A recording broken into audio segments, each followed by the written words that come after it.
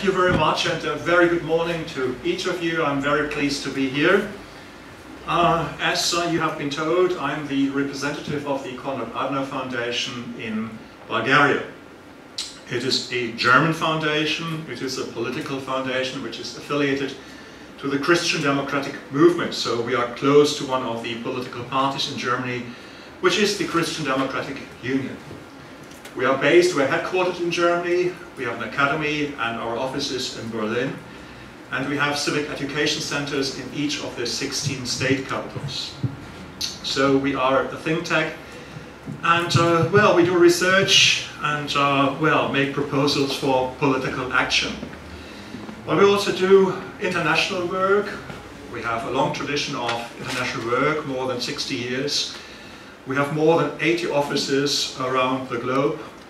2 are in Bulgaria, the country program, which is headed by me, and the media program Southeast Europe, which is headed by my friend Christian Spar. Before I moved to Bulgaria last year, I arrived on the 1st of April, I was based in Bucharest for more than 5 years doing rule of law work in the whole of Southeast Europe. So I'm a bit familiar with the region and the challenges that are ahead of the governments and the people in this country. And as I was in charge and still am in charge as interim director of this regional program, I still travel. This month I spent 4 days in Adenauer, in the north of Italy. It is the place where the first German Chancellor, Konrad Adenauer, used to spend his summer holidays. And this is why our foundation later bought the premises and set up an academy. Konrad Adenauer was not only a politician, but he was also a great leader. He was confronted with many problems.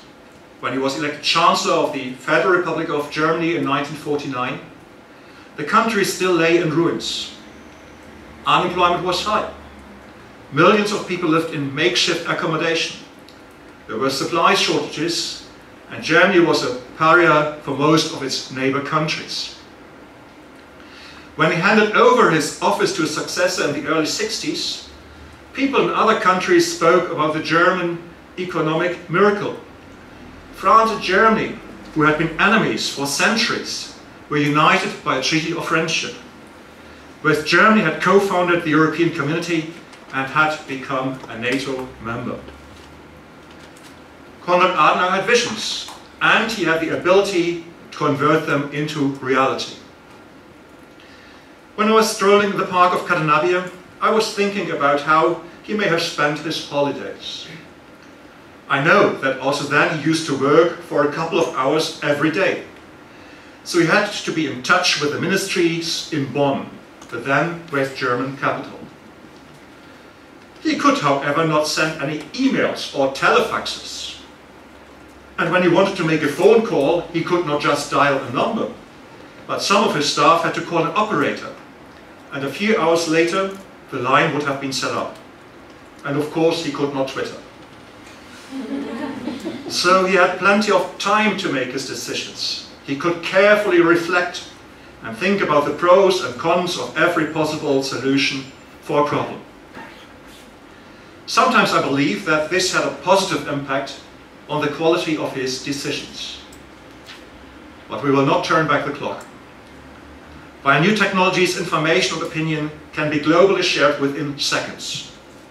To receive precise information is a condition for accurate analysis of a problem and thus for its solution. But you cannot trust all the information you find on the internet. You may be misled, often intentionally, and thus always at risk of making mistakes with grave consequences. And today's leaders are expected to respond to any new challenge or change of the situation almost immediately. They work under permanent time pressure, a time pressure that was completely unknown to people like Konrad Adenauer.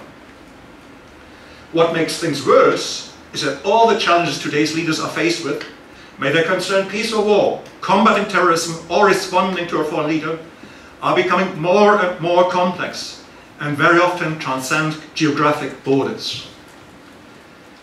So it requires exceptional qualities to be a leader at the present time. Leaders who lead those who follow them lead them in the right direction and not in the wrong one. This is why we need to train potential leaders like you for success. And this is why we organized this Leadership Academy together with the Sofia Security Forum for the third time. We want to prepare young people for their future responsibilities as managers, leaders in politics, or the public administration. In the past, we taught young potential leaders to solve familiar problems by using familiar methods. Now we have to teach the opposite. Future leaders must be learning how to improvise, innovate, and be more creative about using new tools and familiar resources to adapt to unfamiliar challenges and unexpected events. And this very often under extreme time pressure. Thankfully, the process of preparing future leaders to great tomorrow's challenges needn't be as difficult as you might think. Because we know which are the qualities that a successful leader needs to have. The most important one is maybe intellectual curiosity combined with 360-degree thinking. Without this intellectual curiosity, without this 360-degree thinking, things become more difficult.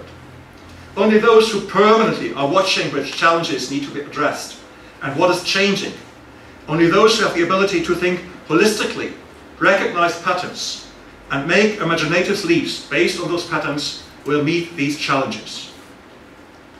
You will need adaptability, mental agility, comfort with ambiguity, and the capacity to change old behaviors in the light of new evidence. In a global world, you will need cultural competence, the capacity to think and act across the boundaries of functions, organizational cultures, and global cultures.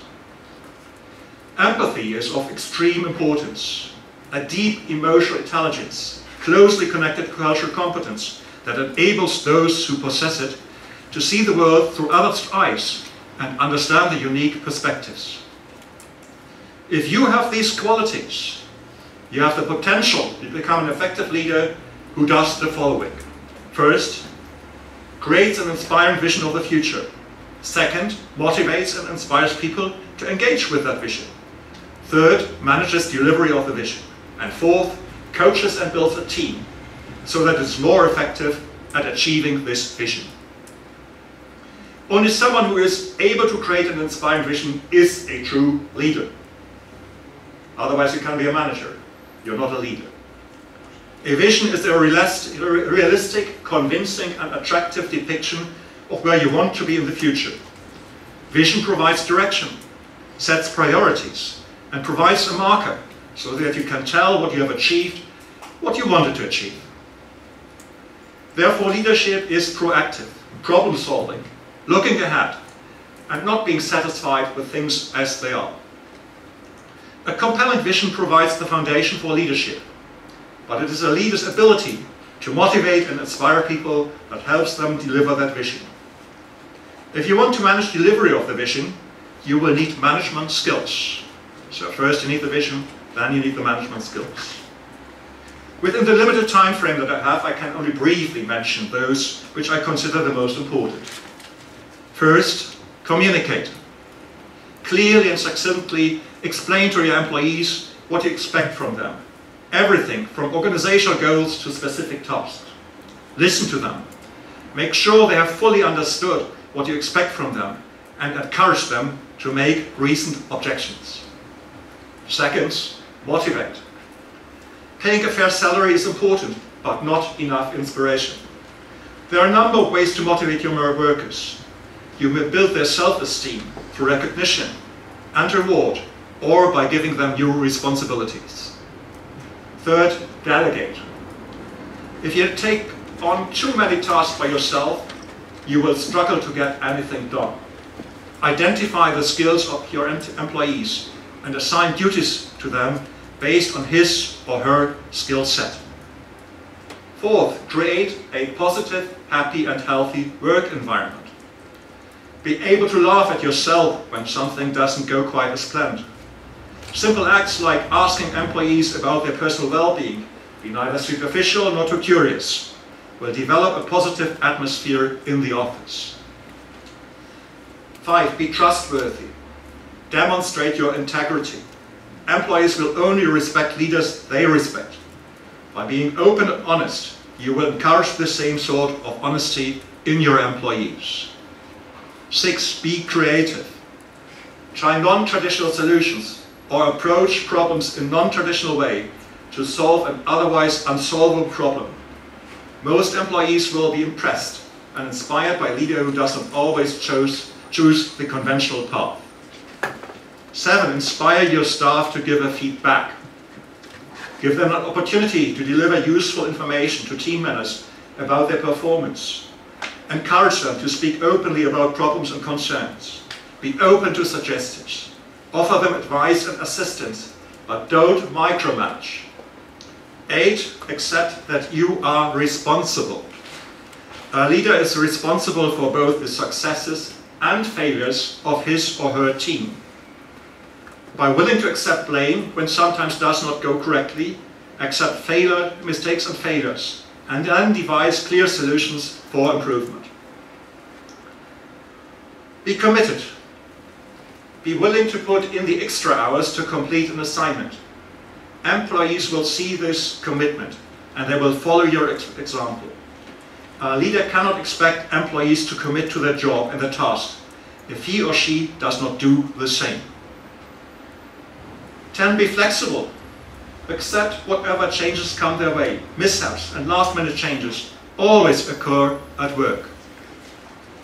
These are just some points. I hope they show that people who have the potential to be a leader, not everybody has, can also train and develop his or her leadership skills. It is not an occult science. As I pointed out at the beginning of my remarks, it is probably becoming more and more challenging, but there's absolutely no reason to be frustrated. I end a quote from Dwight D. Eisenhower, the 34th President of the United States of America. Leadership is the art of getting someone else to do something you want done because he wants to do it. Leadership is the art of getting someone else to do something you want done because he wants to do it. If people only follow you because they have to and not because they want to, you will probably never become a successful and true leader. Please keep Dwight D. Eisenhower's wise words in mind. I'm convinced that you will all benefit from this Leadership Academy. I thank our partner, the Sofia Security Forum, and their president, Geissler, for their excellent cooperation. And I thank you very much for your attention.